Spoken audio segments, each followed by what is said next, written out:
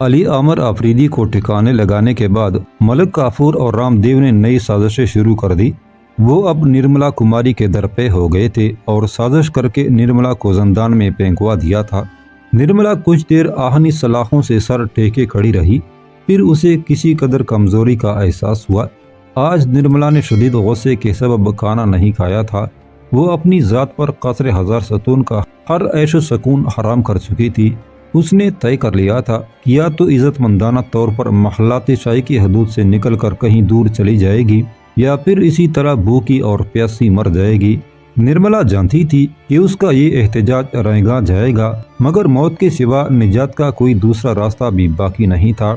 رات کے پچھلے پہر اسے کمزوری محسوس ہوئی تو وہ کمرے کے اس عقبی دروازے کے قریب فرش پر بیٹھ گئی۔ ایسی سنگین فضا میں نیند کہاں آتی ہے، مگر جمنا کے پانی کو چھو کر آنے والی سرد ہواؤں نے اسے کچھ دیر سلا دیا تھا۔ اچانک نرملا نے مائی بانمتی کو دیکھا۔ وہ کمرے کے دروازے سے داخل ہوئی اور بڑے والہانہ انداز میں نرملا کی طرف بڑھنے لگی۔ نرملا دیوانہ وار اٹھی اور بانمتی کے سینے پر سر رکھ کر بچوں کی طرح رونے لگی۔ مجھے سب چھوڑ کر چلے گئے ماں۔ نرملا بانمتی سے اہل دنیا کی بے وفائی اور وقت کے جور و ستم کا شکوہ کر رہی تھی۔ بیٹی، تجھے کسی نے نہیں چھوڑا ہے۔ بانمتی نرملا کو ایک شفیق و مہربان ماں کے لہجے میں تسلیاں دے رہی تھی۔ جو اپنوں کے بیس میں پرائے تھے وہ یقیناً چلے گئے اور ان کا چلا جانا ہی بہتر تھا، مگر تجھ سے محبت کرنے والے کہاں جا سکتے ہیں؟ لوگ توڑنا بھی چاہیں تو یہ شیشے نہیں ٹوٹ سکتے۔ وہ چپ چاپ مجبوریوں کی آگ میں جل رہے ہیں۔ ان کے دکھ کو کوئی نہیں سمجھ سکتا، لیکن وہ سچے ہیں۔ اگر تو میری ہمدرد ماں ہے تو اپنی بیٹی کو عذاب کے اس جنگل میں تنہا چھوڑ کر کہاں چلی گئی تھی؟ نرملا نے سسکتے ہوئے کہا، یہ لوگ میرے ساتھ کیسا سلوک کر رہے ہیں؟ میں تیرے پاس ہوں نرملا۔ بانمتی خلش دل سے بے قرار نظر آ رہی تھی۔ ہر لمحہ تیرے قریب ہی رہتی ہوں، تجھ پر گزرنے والی ایک ایک قیامت کو دیکھ رہی ہوں، پھر مجھے قہر کے اس زندان سے نکال کر کہیں دور کیوں نہیں لے جاتی؟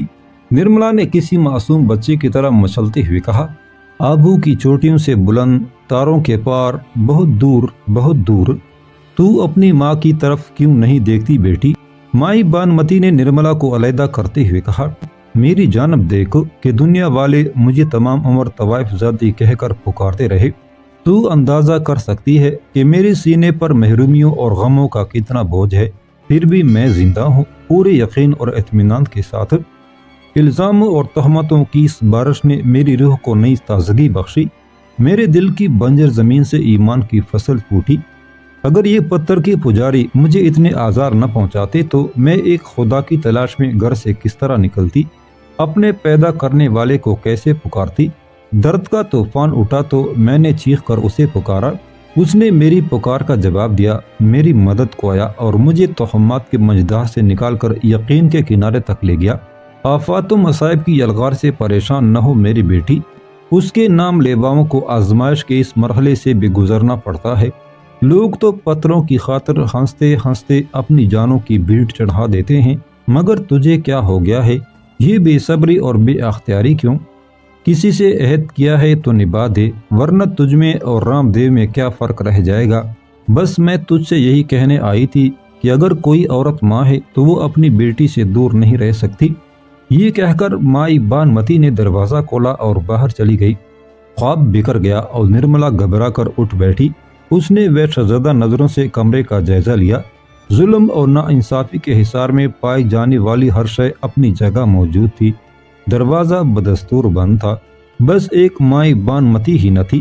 نرملا نے بار بار اپنے اطراف پر نظر ڈالی، جانے والی جا چکی تھی اور اس کے قدموں کا عکس تک باقی نہ تھا۔ نرملا بانمتی کو یاد کر کے رونے لگی۔ اب تک وہ غمگسار چہرہ آنکھوں سے روپوش تھا۔ خواب میں آیا تو ماضی کی یادیں ابھر آئیں، یادوں کی لے تیز ہوئی تو پلکیں بھیگنے لگی۔ نرملا دوبارہ اٹھی اور آہنی سلاخوں سے باہر کا منظر دیکھنے لگی۔ جمنا کی موجیں اسی طرح بے چین تھی اور قصر ہزار ستون کے پتھروں سے اپنا سر ٹکرا رہی تھی۔ اگرچہ داروغ زندان سلیمان بن یوسف آفریدی پر بہت مہربان تھا، مگر زنجیریں پھر زنجیریں تھی اور اسیری پھر اسیری تھی۔ تنہائی اور قید کے اندھیرے میں اس کا دم گھٹنے لگتا تھا اور ساری رات جاگتے ہوئے گزر جاتی تھی۔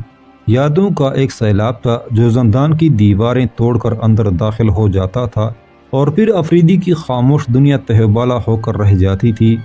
واضح رہے کہ آفریدی کو امیر خسرو کی سفارش پر علاؤالدین خلجی نے تاریک تہہ خانے میں ڈال دیا تھا۔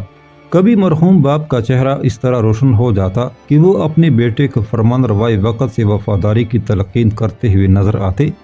آفریدی انتہائی ضبط کے باوجود چیخ اٹھتا، بابا، آپ کا بیٹا رسم وفا نبھاتے نبھاتے یہاں تک پہنچ گیا کہ حکومت کے سربراہ نے اس کے گلے میں غداری کا طوق ڈال دیا۔ اب آپ مجھ سے اور کیا چاہتے ہیں؟ باپ کا چہرہ اوجھل ہو جاتا تو شائستہ بیگم کی نورانی شکل ابھر آتی، مسکراتے ہونٹوں سے شفقتوں کے پھول بکھرنے لگتے۔ آفریدی، تو اہل وفا کی اولاد ہے۔ ماں کی یہ دل نشیں آواز سماعتوں میں گونجتی تو آفریدی کے زخم خون دینے لگتے۔ پھر یکایک کسی گوشے سے عالیہ نمودار ہوتی اور شکایت کرنے لگتی، بھائی، آپ اتنے دن تو گھر سے کبھی دور نہیں رہے، میں انتظار کرتے کرتے تھک گئی ہوں، اب آ کیوں نہیں جاتے؟ اس کے ساتھ ہی آفریدی کو وہ بھیانک خواب یاد آ جاتا جسے وہ ایک تسلسل کے ساتھ چتوڑ کے طلسم کدے میں دیکھتا رہا تھا۔ اس خواب کی یاد تازہ ہوتے ہی آفریدی کو محسوس ہوتا جیسے کائنات میں ہر طرف آگ لگی ہوئی ہے اور سرخ شعلوں کے درمیان اس کی ماں اور بہن چیخ رہی ہیں۔ آفریدی بے اختیار ہو کر زندان کی دیواروں سے سر ٹکرانے لگتا، اے خدا، اے خدا، میرے ساتھ انصاف کر، میں بہت کمزور ہوں، تو ان سے میرا بدلہ لے لے، ظالموں کو اس طرح زمین پر کھلا نہ چھوڑ، جس طرح میں جلا ہوں ان کے گھروں پر بھی ایسی ہی آگ برسا دے کہ تیرے سوا میرا کوئی کفیل نہیں۔ کبھی کبھی آفریدی اپنی نفرتوں کے اظہار کے لیے اتنی طاقت سے چیختا کہ قید خانے کے محافظ بھی لرز اٹھتے۔ پھر داروغ زندان سلیمان بن یوسف کو اس کی تسلی کے لیے خود آنا پڑتا۔ آفریدی قید خانے کے نگراں کو دے کر سنبھل جاتا۔ علی عامر پر یہ راز تو پہلے ہی فاش ہو چکا تھا کہ حضرت امیر خسرو کی مداخلت کے سبب سلطان نے اس کی جان بخشی کی ہے۔ پھر ایک دن سلیمان بن یوسف نے آفریدی کو یہ بھی بتا دیا کہ امیر خسرو اس کی خبر گیری کے لیے قید خانے کی دیواروں تک آئے تھے۔ سلیمان بن یوسف خود بھی ایک باکردار انسان تھا، اس لیے آفریدی سے بہت محبت کرنے لگا تھا۔ پھر جب علی عامر آفریدی اپنے ساتھ ہونے والی ناانصافیوں کا ذکر کرتا تو سلیمان بن یوسف اس غیرت مند اور مظلوم نوجوان کی ہمت بڑھاتے ہوئے کہتا، میرے بچے، ظلم کی یہ ادا بہت قدیم ہے، کوئی زمانہ تشدد اور ناانصافی سے خالی نہیں رہا ہے، پھر بھی ہر دور میں ظلم کے خلاف آواز اٹھائی گئی ہے، اور تو بھی انہی جانبازوں میں شامل ہے جن کے سینے فگار ہوئے مگر آسمان کی آنکھ نے ان کی پیٹھ نہیں دیکھی۔ اپنے اشکوں کو پی لے کہ یہ آنسو خدا کی عدالت میں تیرے مقدمے کو کمزور کر دیں گے۔ اس سے انصاف چاہتا ہے تو پھر سب کچھ اسی پر چھوڑ دے۔ تو اس غم خانے میں تنہا نہیں، تیری سوا یہاں کچھ اور بھی شب گزیدہ ہیں جو بہت دن سے اجالے کی ایک کرن کو ڈھونڈ رہے ہیں، تو بس بے داغ اور روشن صبح کا انتظار کر۔ سلیمان بن یوسف کی ہمدردیاں اسے پرسکون کر دیتی اور وہ دوبارہ جی اٹھتا۔ پھر آفریدی نرملا کماری کا حال جاننے کے لیے بے چین ہو جاتا تو داروغ زندان ایک کہہ کر معذرت طلب کر لیتا۔ قصر ہزار ستون میں اس کا گزر نہیں، وہ محلات شاہی کے راز جاننے سے قاصر ہے، اور کسی کو نرملا کا راز معلوم بھی کیسے ہو سکتا تھا کہ وہ غمزدہ لڑکی ملک کافور کی بدترین قید میں اپنی زندگی کی آخری سانسیں لے رہی تھی۔ نرملا نے دوسرے دن بھی کھانا نہیں کھایا تھا اور اس کی نقاہت غیر معمولی حد تک بڑھ گئی تھی۔ ملک کافور دربار سے اٹھ کر سیدھا اس کمرے میں پہنچا جہاں نرملا ایک قیدی کی طرح فرش پر دراز تھی۔ شاہی خواجہ سراغ کو محل کی کنیزوں نے بتایا کہ نرملا کسی طرح بھی غذا کے استعمال کے لیے آمادہ نہیں ہے۔ ملک کافور کے قدموں کی آہٹ سن کر نرملا اٹھ بیٹھی اور اسی انداز میں منہ پھیرے ہوئے کمرے کے عقبی دروازے تک چلی گئی جہاں سے دریا جمنا کا تیز رفتار پانی صاف نظر آتا تھا۔ رات گزر چکی نرملا، اور تجھے دی ہوئی مہلت بھی ختم ہو گئی، ملک کافور نے اسے مخاطب کر کے کہا۔ نرملا کوئی جواب تو کیا دیتی، اس نے مڑ کر بھی نہیں دیکھا۔ ملک کافور نے دروازہ بند کر دیا اور خاموشی سے اپنی خاکگاہ میں چلا گیا۔ پھر فوراً ہی شراب کی ایک لبریز سراہی اور بلوری جام لے کر واپس آیا۔ ساقی گری کی رسم ادا کر کہ میں بہت تھک گیا ہوں، یہ کہتا ہوا ملک کافور نرملا کے قریب پہنچا۔ راجپوت زادی غیر متوقع انداز میں مڑی اور اس نے ملک کافور کے ہاتھ سے سراہی و جام لے لیے۔ خواجہ سراغ کے چہرے پر ناقابل بیاں خوشی رقص کرنے لگی۔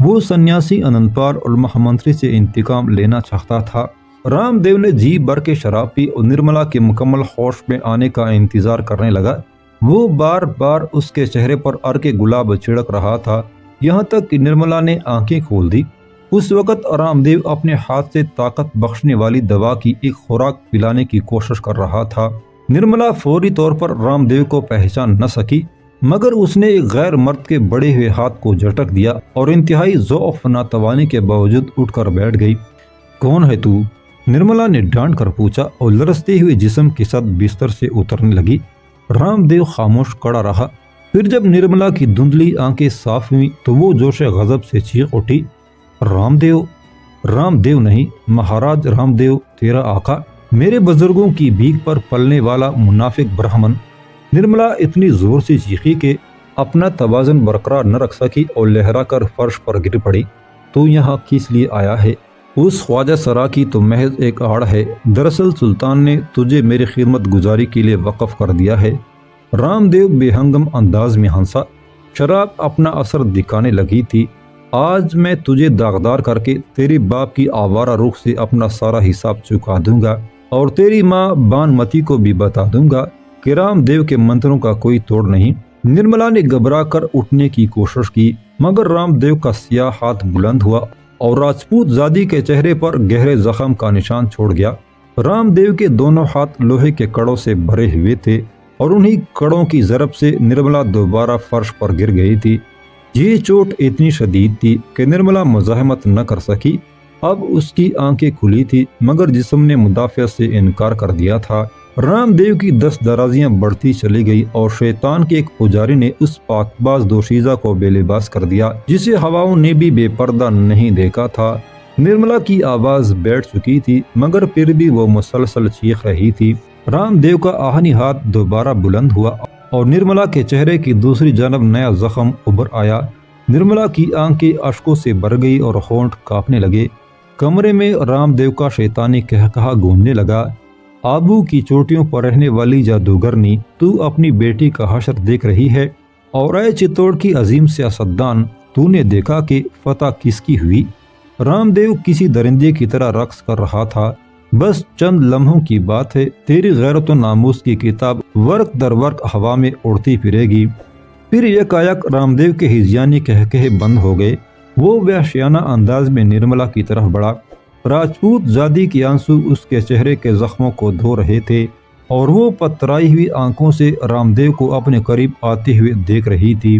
چتوڑ کا شعبدہ باز نرملا کے نزدیک پہنچ کر آخری بار ہنسا اور پھر دفتن اسے یوں محسوس ہوا جیسے اس کا سارا جسم پتھر کا ہو گیا ہو۔ رام دیو پیچھے کی طرف پلٹا، اس کے دست و پا اچانک حرکت کرنے لگے۔ رام دیو دوبارہ نرملا کی جانب بڑھا اور ایک مرتبہ پھر اس کی وہی حالت ہو گئی تھی۔ خوف و دہشت کی تیز لہر اور فلج زدہ جسم۔ منافق برہمن نے کئی بار یہ عمل دہرایا۔ جب وہ نرملا سے دور ہو جاتا تو اس کی جسمانی طاقت لوٹ آتی تھی اور پھر جیسے ہی وہ نرملا کو چھونے کی کوشش کرتا تو اس پر ناقابل بیاں خوف طاری ہو جاتا اور وہ اپنے آپ کو پتھر کا ایک بے جا مجسمہ سمجھنے لگتا۔ آخر اس کشمکش میں بہت دیر ہو گئی۔ رام دیو کی بدحواسی بڑھتی جا رہی تھی۔ پھر وہ اپنے بال نوچنے لگا۔ کسی نادیدہ طاقت نے سارا گیان اور سارے منتر اس کے منہ پر الٹ مارے تھے۔ رام دیو پاگل ہو کر چیخنے لگا، میں جانتا ہوں کہ وہ بوڑھی جادوگرنی میری راستے کی دیوار بن گئی ہے، مگر میں بھی اپنی قسم پوری کر کے رہوں گا۔ یہ کہہ کر رام دیو نے جلتی ہوئی شمع اٹھا لی اور بڑے خوفناک ارادوں کے ساتھ نرملا کی طرف بڑھا۔ میں تجھے اس انداز سے داغدار کروں گا کہ تو دنیا میں کسی کو منہ دکھانے کے قابل نہیں رہے گی۔ جس خوبصورت چہرے کو رام دیو نہیں چھو سکتا اسے پھر کوئی آئینہ بھی قبول نہیں کرتا۔ کمرے میں نرملا کی گٹی گٹی چیخیں گونجنے لگی۔ رام دیو کے ہاتھ تیزی سے گردش کر رہے تھے اور وہ بدکار جادوگر شمع کی دھیمی دھیمی آگ سے نرملا کے دلکش چہرے کو جلا رہا تھا۔ چند لمحوں بعد رام دیو نے راجپوت زادی کے جسم پر اتنے داغ ابار دیے تھے کہ ان کا کوئی شمار نہیں تھا۔ مرمری بدن اب کوئلے کی طرح سیاہ ہو چکا تھا اور نرملا کماری زخموں کی تاب نہ لا کر بے ہوش ہو گئی تھی۔ رام دیو مسلسل شراب پی رہا تھا اور خود کلامی کے انداز میں بول رہا تھا، انتقام کا ایک طریقہ یہ بھی ہے کہ جو چیز حاصل نہ ہو سکے اسے تباہ کر ڈالو۔ جب آدھی رات کے قریب ملک کافور واپس آیا تو رام دیو شراب کے نشے میں بیٹھا جھوم رہا تھا اور نرملا کماری قریب ہی کمرے کے فرش پر بے ہوش پڑی تھی۔ یہ سب کچھ کیا ہے گیانی؟ ملک کافور نرملا کی حالت دیکھ کر گھبرایا۔ کیا تو نے اسے مار ڈالا؟ رام دیو نے لڑکڑاتی ہوئی زبان کے ساتھ اپنی ناکامی کا اعتراف کر لیا۔ گوپی رام، میں تیرے دشمن کو بے آبرو تو نہ کر سکا، مگر میں نے اس کی دنیا خراب کر دی۔ اگر کسی دن سلطان نے اسے طلب کر لیا تو شدت خوف سے ملک کافور کی آواز کانپ رہی تھی۔